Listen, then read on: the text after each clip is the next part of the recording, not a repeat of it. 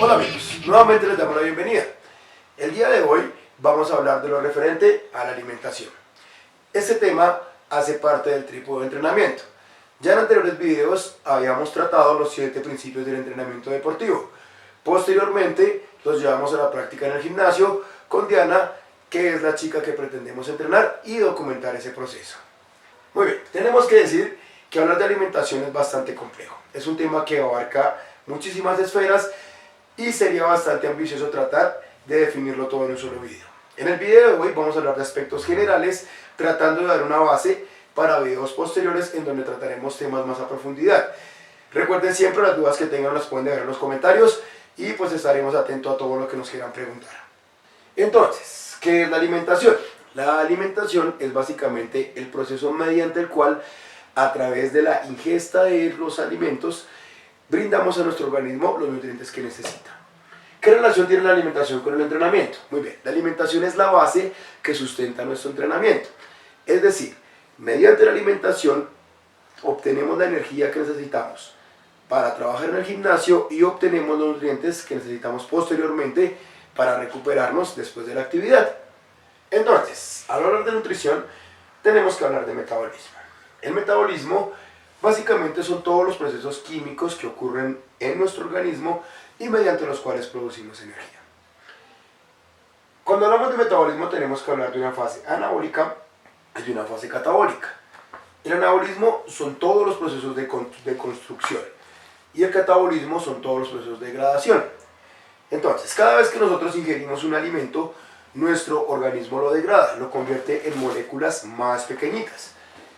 Posteriormente, mediante otros procesos, construye otros compuestos un poco más complejos que son asimilados, utilizados y sintetizados por nuestro organismo para diferentes acciones. Muy bien, entonces, cuando vamos al gimnasio, entrenamos, generamos un proceso catabólico, rompemos fibras musculares.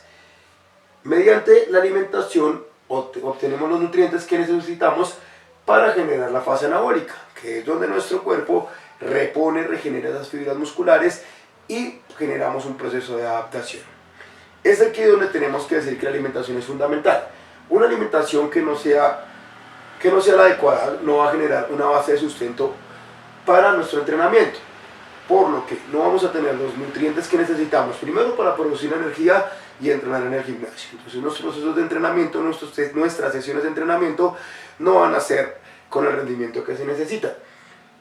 Y segundo, no vamos a tener la base y no vamos a tener los elementos para hacer las fases anabólicas y de construcción. Por lo que de esta manera una alimentación inadecuada va a generar un proceso de desgaste. Cuando nuestro organismo no tiene los nutrientes que necesita, no se recupera de la manera adecuada, genera desgaste. Es allí donde a futuro o con el tiempo empiezan a aparecer las lesiones, en las rodillas, en la columna. Probablemente no haya un aumento de la masa muscular, sino al contrario, haya una degradación de masa muscular, haya una pérdida de masa muscular. Mientras que si tenemos una alimentación adecuada, vamos a generar un proceso de adaptación satisfactorio. En conclusión, la alimentación es la base que sostiene todos los procesos de entrenamiento. Si no tenemos una alimentación adecuada, no vamos a tener un resultado satisfactorio, puesto que nuestro organismo no va a tener los elementos que necesita para construir, para regenerar, para generar el proceso de adaptación que estamos buscando. Muy bien, una vez hecha la claridad entre la relación entre la alimentación y el entrenamiento y la importancia de la alimentación dentro del entrenamiento, tenemos que hablar de la forma como debemos alimentarnos. Para esto, tenemos que hacer un acercamiento hacia lo que son los alimentos y la manera como estos están compuestos. Bien, todos los alimentos están compuestos por macronutrientes y micronutrientes. Los macronutrientes son la parte de los alimentos que nos brindan un aporte calórico. Haciendo un paréntesis, tenemos que definir qué son las calorías. Las calorías son una medida establecida para medir la energía en el organismo. Cuando consumimos alimentos, hablamos de una ingesta calórica. Cuando realizamos cualquier tipo de actividad física, hablamos de un gasto calórico. Esas son las calorías, la medida que determina la energía en el organismo, tanto la que consumimos como la que gastamos.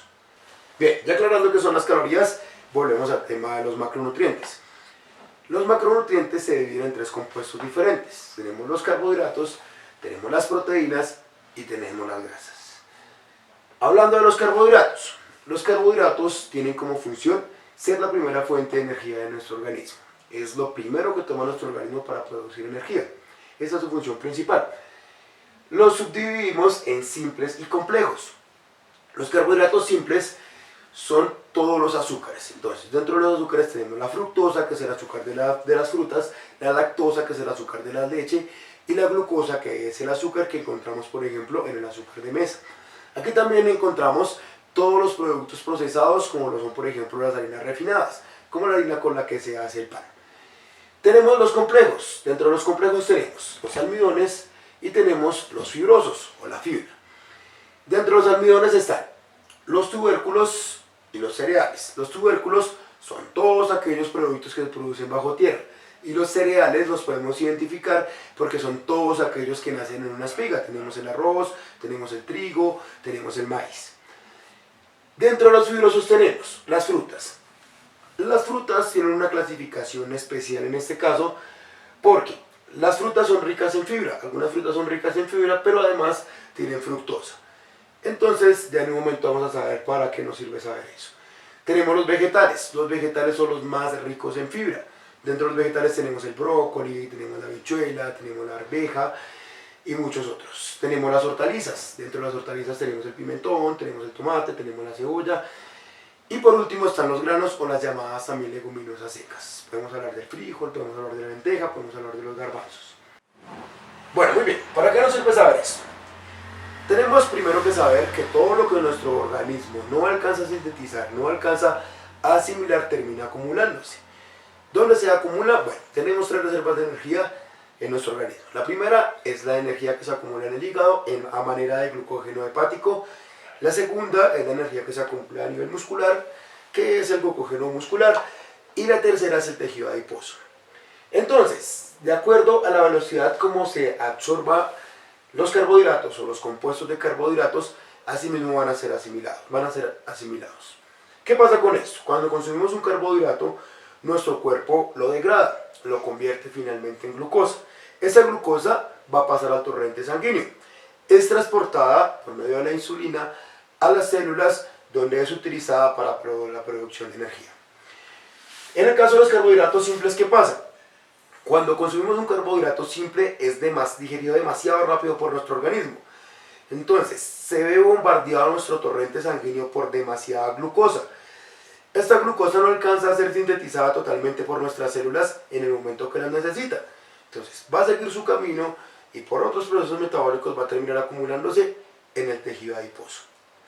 En el caso de los tubérculos son de más lenta absorción, son degradados de manera más lenta, por lo que va a haber un bombeo o va a haber una irrigación de glucosa a nivel sanguínea de manera más controlada, por lo que va a ser menos difícil que esta energía se termine acumulando. ¿Qué pasa con los carbohidratos fibrosos? O con la fibra. La fibra es un compuesto que nuestro organismo nunca sintetiza, nunca puede digerir, nunca puede disolver. Entonces, al no poderlo disolver, nuestro organismo constantemente está luchando contra él y trata de degradarlo. Es por eso que va a haber una degradación y va a haber una irrigación a nivel sanguíneo de glucosa más lenta y más controlada. Y va a ser aprovechado casi que en su totalidad por nuestras células. Va a haber una menor probabilidad de que haya una acumulación de energía a nivel del tejido adiposo, por lo que va a ser menos probable que subamos de peso. Entonces, concluimos que entre más difícil sea la absorción del carbohidrato, más provechoso va a ser por nuestro organismo y va a ser menos probable que se genere una acumulación en el tejido adiposo del mismo. Bien, para el caso de las proteínas tenemos que su función es estructural, es decir, la mayor parte de nuestro organismo está compuesta a partir de las proteínas. Son estas las encargadas de reparar y de recuperar todos los tejidos a nivel del organismo.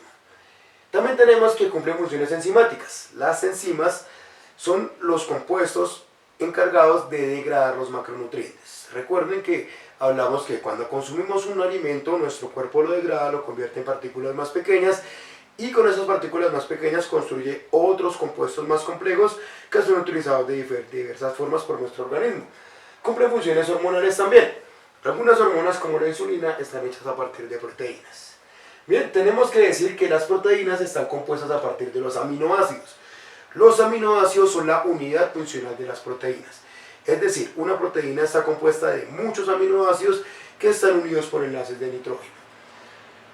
Bien, tenemos que se clasifican de diferentes maneras. Tenemos una clasificación de acuerdo a su complejidad molecular y una clasificación de acuerdo a la fuente de la que proviene. De acuerdo a su complejidad molecular, tenemos que pueden ser simples, complejas, fibrosas o globulares.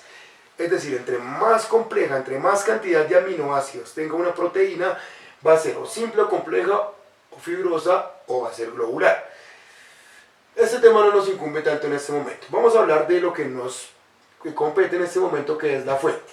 Cuando hablamos de la fuente de la que se extrae la proteína, tenemos que hablar de algo que se llama el valor biológico. El valor biológico de un alimento es la compatibilidad que tiene con nuestro organismo.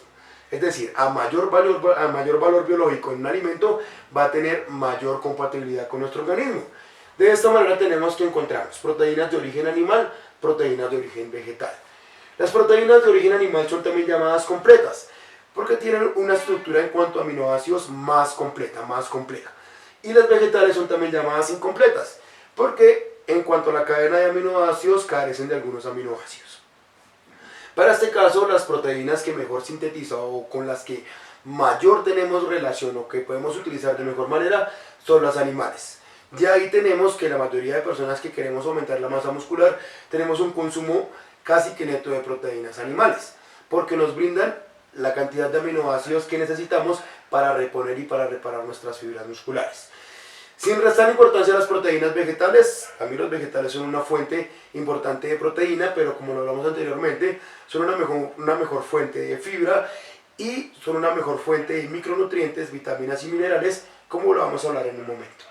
Bien, para finalizar el tema de los macronutrientes, vamos a hablar de las grasas. Es importante mencionar que se clasifican de acuerdo a su densidad molecular. Recuerden que hablábamos que todos los compuestos, todo lo que ingerimos, todos los alimentos están compuestos por moléculas. Estas moléculas están unidas por enlaces moleculares. Los enlaces moleculares, cabe recalcar, son los que unen una molécula a la otra. Cuando hablamos de una acción enzimática o hablamos de degradar, es cuando por medio de un compuesto se rompe ese enlace molecular y se generan dos compuestos más pequeños, y así sucesivamente. En el caso de las grasas, entre más duro sea, entre más difícil de romper sea este enlace molecular, vamos a hablar de una grasa saturada. Y entre más fácil o menos complejo sea romper este enlace molecular, vamos a hablar de una grasa no saturada. Bien, para el caso de las grasas saturadas tenemos todas las grasas de origen animal. Allí encontramos el gordito de la carne, encontramos la piel del pollo, encontramos la piel del cerdo que se encuentra en el tocino o se encuentra en forma de tocino, y encontramos los ácidos trans o las grasas trans, que las encontramos en las mantequillas, los encontramos también en las salsas, como lo son la mayonesa, lo encontramos en algunos postres que son hechos a base de margarina también. También tenemos las grasas no saturadas. Las grasas no saturadas las encontramos en forma de monoinsaturadas y poliinsaturadas. Tenemos dentro de las monoinsaturadas el aceite de oliva y los frutos secos. Tenemos dentro de las poliinsaturadas el pescado, todos los peces. Tienen ácidos que no son saturados o ácidos grasos que no son saturados. Bueno, ¿de qué nos sirve saber esto? Tenemos que regular el consumo de las grasas.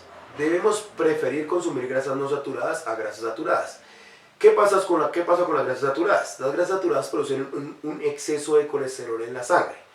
El colesterol no es malo. El colesterol cumple funciones a nivel hormonal muy importantes. Sin embargo, en exceso, este colesterol tiende a pegarse en las paredes que están en la parte interna de las venas, en las paredes intravenosas. Se va acumulando, va generando placas. Estas placas con el tiempo generan un trombo.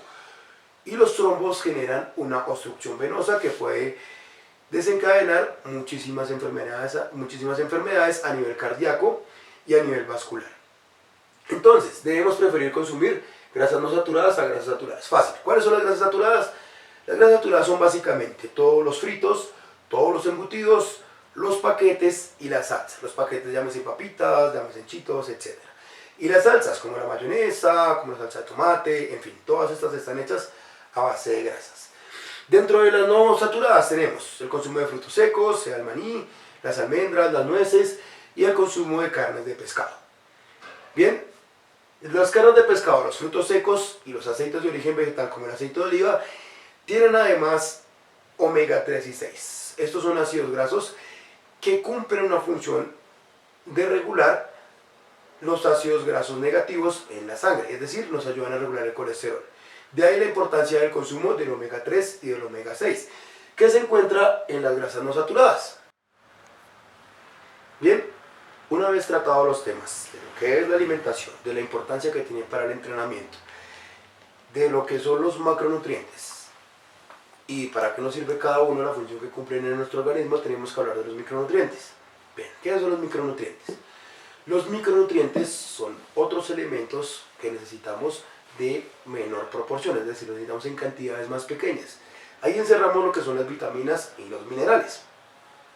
Estos actúan como transportadores metabólicos que básicamente son como los ayudantes de los macronutrientes y los ayudan a cumplir sus funciones. Son demasiado importantes dentro de la alimentación. Los micronutrientes los encontramos en los vegetales, los encontramos en las frutas, los encontramos también en macronutrientes como las carnes, y básicamente cumplen la función de ayudar a los macronutrientes a cumplir con su objetivo. Son transportadores metabólicos. Una vez tratados los temas anteriores, tenemos que hablar de qué debemos comer. Muy bien, tenemos que partir de la individualización. La individualización, no solamente es un principio del entrenamiento deportivo. La individualización además es una herramienta que nos va a permitir determinar cuáles son las medidas y las acciones que debemos tomar en cada caso. Cada caso es diferente. Recordemos que partimos desde el principio que todos los cuerpos somos diferentes y por eso cada uno debemos tratarlo o debemos trabajarlo de forma diferente. ¿Qué debemos tener en cuenta dentro de la individualización? Debemos tener en cuenta las características específicas del individuo y los objetivos que éste tenga. Dentro de las características tenemos, primero, el factor genético. Bien, genéticamente estamos condicionados para tener un tipo de cuerpo específico. Aquí tenemos que hacer un paréntesis y tenemos que aclarar que hay tres tipos de cuerpos diferentes. Tenemos los endomorfos, los mesomorfos y los ectomorfos. ¿Cómo se identifican cada uno? ¿Qué quiero decir con esto? Los endomorfos son personas que tienden a acumular tejido adiposo, tienden a ser gorditas, son los que llamamos los gorditos por constitución. Los mesomorfos son personas a las que se les facilita el desarrollo de la masa muscular. Son personas cuya composición corporal está hecha en mayor proporción de masa muscular. Y los ectomorfos son personas delgadas con secciones corporales largas, son los que coloquialmente podemos llamar como el flaquito por constitución, así los llamamos comúnmente. No tenemos un tipo de cuerpo específico cada uno, realmente somos una mezcla de los tres, pero siempre vamos a tender a tener una inclinación hacia uno de los tres tipos de cuerpo. ¿Qué determina esto o qué determinamos con esto? Bien, esto va a determinar qué tan rápido o qué tan lento es nuestro metabolismo. Es decir, si yo soy una persona que tiende a acumular tejido adiposo rápido, que soy gordito, probablemente soy una persona con el metabolismo lento. ¿Pero qué es esto del metabolismo lento o qué es esto del metabolismo rápido? Bien, como lo hablamos anteriormente, el metabolismo es la manera como nuestro cuerpo adquiere la energía de los alimentos y sintetiza cada uno de esos alimentos. Una persona con el metabolismo lento, es aquella que sintetiza los alimentos de una manera más lenta. Son aquellos que casi no sienten hambre, son aquellos que tienen un nivel de energía bajo, son aquellos que comen en menor proporción. Tienen la desventaja que, por decirlo así, todo lo que comen los tiende a subir de peso. Cualquier pecado que cometan dentro de la dieta o cualquier fuera de lo común que coman, los va a tender a subir de peso.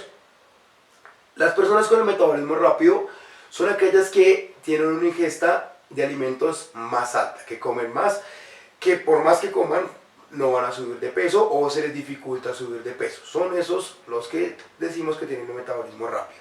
Pero, ¿qué relación tienen los tipos de cuerpo con el metabolismo? Bien, si yo soy una persona que tiende a acumular tejido adiposo, que tiende a ser gordito, probablemente tengo un metabolismo lento. Si soy una persona que trato de subir de peso y tengo la ingesta de alimentos constante, pero no sube de peso con facilidad, probablemente tengo un metabolismo bastante rápido. ¿Qué es o a qué me refiero con el metabolismo rápido y con el metabolismo lento? Bien, recuerden que el metabolismo es la forma como nuestro cuerpo desarrolla energía, adquiere la energía de los alimentos y convierte estos alimentos en los compuestos que necesitamos para nuestro organismo. Entonces, un metabolismo lento es aquel tipo de cuerpo que demora más en estos procesos, que tiene un proceso más despacio de síntesis de los nutrientes, mientras que un metabolismo rápido es el tipo de cuerpo que absorbe y sintetiza todo de la manera más rápida. Tanto el metabolismo como el tipo de cuerpo son factores que se pueden modificar desde el punto de vista de la actividad física. Yo puedo pasar de ser endomorfo a ser mesomorfo. Puedo pasar de ser ectomorfo a ser mesomorfo. Es decir, yo puedo pasar de tener una acumulación bastante alta de tejido adiposo a tener un desarrollo notable de la masa muscular con una acumulación de tejido adiposo más pequeña. Yo puedo pasar de tener un metabolismo lento a tener un metabolismo más acelerado. ¿Cómo se hace esto? En el caso del tipo de cuerpo, entrenando. Si yo desarrollo la masa muscular mediante la actividad física, voy a cambiar mi tipo de cuerpo, mi somatotipo. ¿Cómo se cambia el metabolismo? Comiendo de la manera adecuada. Aceleramos el metabolismo primero haciendo actividad física, esto es importante. Segundo, comiendo la cantidad de comidas que debemos comer durante un día. Es recomendable comer un mínimo de 5 comidas al día. Debemos desayunar, debemos tomar medias nueves, debemos almorzar, tomar onces y cenar. ¿Qué pasa cuando comemos varias veces al día en porciones más pequeñas y no comemos porciones grandes en 3 o solamente 2 veces al día? Bien, cuando comemos porciones pequeñas en diferentes veces al día, constantemente le estamos dando a nuestro cuerpo nutrientes y vamos a tener una irrigación por la sangre de nutrientes todo el tiempo, por lo que nuestras células van a estar nutridas todo el tiempo. Mientras que si tomamos comidas grandes 2 o 3 veces al día, vamos a tener una concentración de nutrientes en el momento. Estos nutrientes van a pasar por el torrente sanguíneo también, pero nuestras células solamente van a tomar lo que necesitan y van a desechar el resto. Cuando pasa esto, vamos a tener un déficit de nutrientes a nivel sanguíneo. Es allí donde nuestro cuerpo va a utilizar otras medidas, otros elementos para producir energía. Ahí podemos hablar de la gluconogénesis, que es promovida por el cortisol. Para no complicarnos tanto, básicamente lo que hace nuestro cuerpo es degradar otros compuestos para producir energía. En este caso podemos hablar de que va a degradar la masa muscular y probablemente vamos a perder la masa muscular. Por eso, cuando queremos aumentar la masa muscular, debemos agregar varias veces al día para evitar el proceso de degradación muscular. Otra de las ventajas de comer varias veces al día: nuestro organismo va a estar forzado, nuestro metabolismo va a estar forzado a trabajar todo el tiempo. Y entonces todo el tiempo va a estar degradando, construyendo, catabolizando, anabolizando, catabolizando, anabolizando. Esto va a forzar a nuestro organismo a trabajar y se va a volver más rápido. Y entonces los procesos del metabolismo van a ser más eficientes y vamos a acelerar nuestro metabolismo. Esta es la forma de acelerar nuestro metabolismo y es uno de los primeros pasos que tenemos que cumplir cuando queremos perder peso o también cuando queremos aumentar la masa muscular. De ahí que no son saludables las dietas en donde no tenemos todos los macronutrientes y donde tenemos periodos de ayunos muy largos. Ya en un momento vamos a hablar de eso. Bueno, tenemos que hablar también, dentro de las características, de lo que es el género. Las mujeres tienen una concentración de masa muscular menor, por lo que van a requerir una cantidad de macronutrientes menores. Su ingesta calórica debe ser más reducida. Y tenemos que hablar también de la edad. Con el paso del tiempo nuestro metabolismo se va volviendo lento. Eso se puede evitar desde luego con la aplicación o haciendo actividad física y con la implementación de una dieta adecuada. Pero si somos una persona sedentaria que nunca en la vida ha hecho ejercicio, con el tiempo y con el paso de los años nuestro metabolismo se va volviendo más lento. Entonces tenemos que tener en cuenta estos dos factores a la hora de preguntarnos qué comer. Otro factor que tenemos que tener en cuenta, como lo mencioné anteriormente, es el objetivo. No es igual una señora de avanzada edad que quiere perder peso y alcanzar su peso ideal a un hombre joven, un muchacho joven que pretende aumentar la masa muscular. Sus requerimientos nutricionales van a ser diferentes. Su ingesta calórica, su requerimiento calórico va a ser diferente. Su ingesta de proteína, de carbohidratos y de grasas tienen que ser diferentes por lo mismo. Muy bien, pero ¿cómo sabemos qué cantidad consumir? ¿Cómo sabemos cuántas calorías debemos consumir? Hay diferentes métodos que se pueden aplicar. Uno de ellos es determinar nuestra tasa calórica básica. La tasa calórica básica o basal son la cantidad de calorías que requiere nuestro organismo para sostener sus funciones vitales. Es la mínima ingesta calórica que debe tener tu organismo. Eso va a depender de tu composición corporal básicamente. Otro factor que debemos tener en cuenta es la cantidad de actividad física que realizamos. Ahí determinamos el gasto calórico por actividad. Sumando la tasa metabólica básica y el gasto calórico por actividad, vamos a tener la cantidad de calorías que tenemos durante un día, que debemos consumir durante un día. Pero bien, ¿qué porcentaje de estas calorías debe tener cada macronutriente? Recordemos que los macronutrientes son los que nos brindan el aporte calórico. Tanto las proteínas, los carbohidratos y las grasas tienen calorías. Los micronutrientes son muy importantes, pero no nos brindan un aporte calórico, por lo que no tenemos la necesidad de cuantificarlos. Bueno, la cantidad de macronutrientes va a variar de acuerdo al proceso de individualización. Va a depender del objetivo, va a depender de las características individuales. Sin embargo, hay unos estándares específicos para la población normal. Se dice que debemos tener un 60% de consumo de carbohidratos, un 15 a un 20% de consumo de proteínas y debemos tener de un 20 a un 25% de consumo de grasas. Esos son estándares que están establecidos, sin embargo, debemos recordar que va a variar de acuerdo a mis características individuales. Haciendo una recopilación de todo lo anterior y llegando a la conclusión, vamos a hablar de lo que es una dieta adecuada. Bien, primero tenemos que redefinir el concepto de la dieta. La dieta está vista como un periodo de tiempo en donde me restringo de ciertos macronutrientes para lograr tal objetivo. No debemos hacer dieta o no debemos hacer esa dieta. Lo que tenemos que hacer es generar cambios permanentes en nuestros hábitos alimenticios que se vean reflejados en nuestra calidad de vida y se vean reflejados en nuestra apariencia estética. Eso es lo que tenemos que hacer, generar cambios radicales. Una dieta adecuada debe tener la concentración adecuada de cada uno de los macronutrientes. No es válido o no se debe hacer eliminar ningún macronutriente de nuestra dieta. Cuando esto pasa, normalmente eliminamos los carbohidratos de la dieta. Es común escuchar en el gimnasio que dicen voy a bajar de peso, voy a dejar de consumir carbohidratos. Realmente va a ser difícil que pierda peso de esta manera. Primero. Segundo, si lo logra, lo va a lograr porque va a exponer a su cuerpo a un déficit de energía, lo va a forzar a utilizar otras fuentes de energía, como lo hablamos anteriormente, la grasa y la masa muscular. Va a perder grasa, lógicamente, pero va a perder una cantidad muy importante de masa muscular. Entonces, a la larga, lo que vamos a perder es masa muscular, vamos a tener igual una reserva adiposa y allí es donde vamos a tener los problemas de flacidez, de celulitis y etc. Cuando aplicamos una dieta adecuada, lo ideal o lo que debe pasar es que aumente la masa muscular y disminuya la grasa. La masa muscular no se debe degradar, no se debe perder. Siempre tiene que mantenerse o debe tender a aumentar. Es lo ideal. Bien, en el caso o cuando escuchamos a alguien decir que quiere aumentar la masa muscular, siempre vemos que va a tender a tener una ingesta muy alta de proteína. Entonces lo que dice, yo voy a consumir proteína para aumentar la masa muscular, pero voy a restringir los carbohidratos para no aumentar la masa grasa. ¿Qué pasa con esto? Si nuestro organismo no tiene la ingesta adecuada de carbohidratos, no va a tener la cantidad de energía suficiente y la va a tener que buscar o la va a tener que tomar de donde pueda. Recordemos siempre que la premisa de nuestro organismo es sobrevivir, mantener los niveles, mantener el equilibrio. Entonces, ¿de dónde va a tomar esta energía? De las proteínas. Entonces, si tenemos una ingesta muy alta en proteína, vamos a forzar a nuestro organismo a sintetizar la proteína para convertirla en glucosa y de esa manera tener energía.